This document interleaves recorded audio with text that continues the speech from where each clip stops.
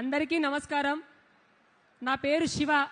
జనసేన కరడుగట్టిన కార్యకర్త. చెంచు నల్లమల్ల అటవీ ప్రాంతం. మా నల్లమల్ల అటవీ ప్రాంతంలో పులులుంటాయి.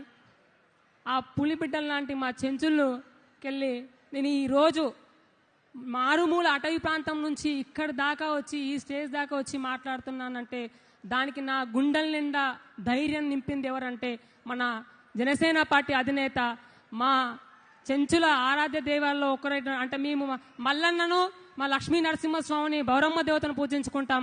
ఆ తరువాత మేము పవన్ కళ్యాణ్ అన్నగారిని గౌరవించుకుంటాం. 2019లో నేను యురేనియం ఇష్యూ కోసం నేను అన్నను కలిసినప్పుడు అన్న నాకు ఇచ్చిన ధైర్యం మా సమస్యను ఆపగలిగింది. ఆ ధైర్యం వల్లే నేను గత 2019 నుంచి ఇప్పటిదాకా నేను సమస్యలపై పోరాడుతూ నాకు తోచిన విధంగా నేను సమస్యలకు పరిష్కారం చేసుకుంటున్నాను. ఆ పరిష్కార మార్గాన్ని వెతికేదానికి ముఖ్యమైన కారణం మన పవన్ కళ్యాణ్ అన్న.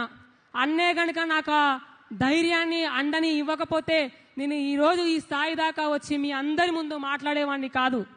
అందరు అంటారు తెలంగాణలో పార్టీ అంత బలంగా లేదు అని. ఎవరు చెప్పారు? నల్లమల్ల అటవీ ప్రాంతాల్లో గుడిసె మీద కూడా జనసేన జెండా ఎగురుతుంది. దానికి ప్రత్యక్ష ఉదాహరణ నేను.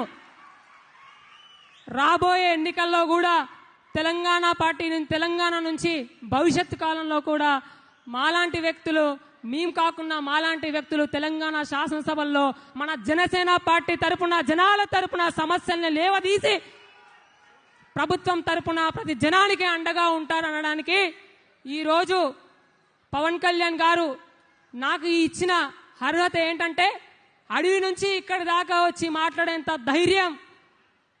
నేను ఒక అనామికుడిని. 2019 ముందు నన్ను ఎవరిని కలిసినా చిన్న పిల్లోడు, ఆడేవాడు, ఆడే మాట్లాడే వ్యక్తులు ఈ రోజు పోతే పలానా పార్టీ, పలానా జనసేన పార్టీ కార్యకర్త అని నన్ను గుర్తిస్తారు. గతంలో మీరెవరు అని మాట్లాడిన వ్యక్తులు కూడా ఈరోజు ఏదైనా సభల్లో ఉంటే పార్టీల పరంగా కాకుండా ఏదైనా ఉత్సవ సందర్భంగా ఎవరైనా ఎమ్మెల్యేలు, మంత్రులు వస్తే మా ప్రాంతానికి ప్రత్యేకంగా జనసేన పార్టీ కార్యకర్తలకు కూడా మేము శుభాకాంక్షలు తెలియజేస్తున్నాం అనే విధంగా తెలంగాణలో మేము నల్లమల్ల ప్రాంతంలో ఏకంగా మేము పార్టీని అంత బలోపేతం చేసుకుంటున్నాం రోజు రోజుకి. ఇప్పటికీ మా చెంచు యువత అన్నని ఆదర్శంగా తీసుకుంటూ అన్నతో మాకు ఫోటో దిగాలని ఉండదు, అన్నతో మేము కలిసి షేకండ్ ఇవ్వాలని ఉండదు. అన్న ఆశయాలను ముందుకు తీసుకెళ్లి ఈ రోజు ఇలా నేను ఏ విధంగా వచ్చానో ఆ విధంగా ఆయన పిలిపించుకునే రోజు కోసం వెయిట్ చేస్తాం.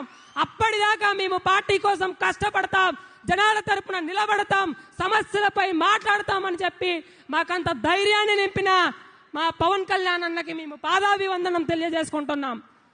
పవన్ కళ్యాణ్ అన్న మాకు ఇచ్చిన శక్తి ఎట్లాంటిదంటే మా కులదేవుడైనటువంటి శ్రీశైలం మల్లన్న దగ్గరికి, బౌరమ్మ దగ్గరికి వెళ్తే ఏ విధమైన శక్తి నింపుతుందో అంతకన్నా మించిన శక్తిని మాకు అన్న నింపాడు.